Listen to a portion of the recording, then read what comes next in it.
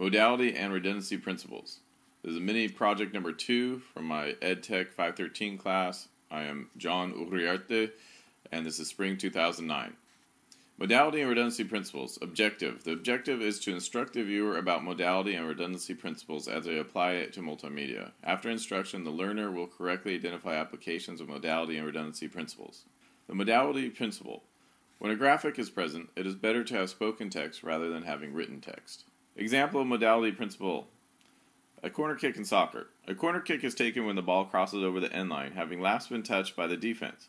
In the diagram, you can see that the blue team kicked the ball and it hit the defensive team, or the team with the red smiley faces. The defensive team last touched the ball, so the blue team will get the corner kick. Example continued.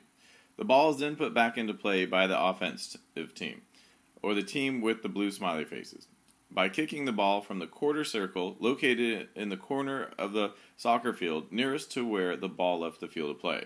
Visual overload. Using pictures and printed words can overload the visual channel. The learner is trying to take in the image and its meaning while trying to read and understand the text. Violation of the modality principle.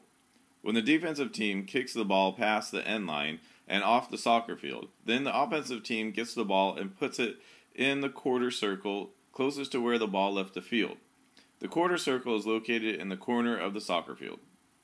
Having an image, narration, and written text all at the same time overloads the learner's learning channels. This prevents the learner from learning. Redundancy Principle 1. When you are using an image, don't use text and identical narration at the same time. Redundancy Principle 2. Some situations call for the narration of on-screen text. Example of the redundancy principle number 1. Pitcher. Pitches the ball from the pitcher's mound to the catcher. Catcher. Crouches behind home plate and receives pitches thrown by the pitcher. In PE, the catcher stays behind the backstop until the ball is hit. They also receive throws from fielders attempting to make outs at home plate. Brain overload.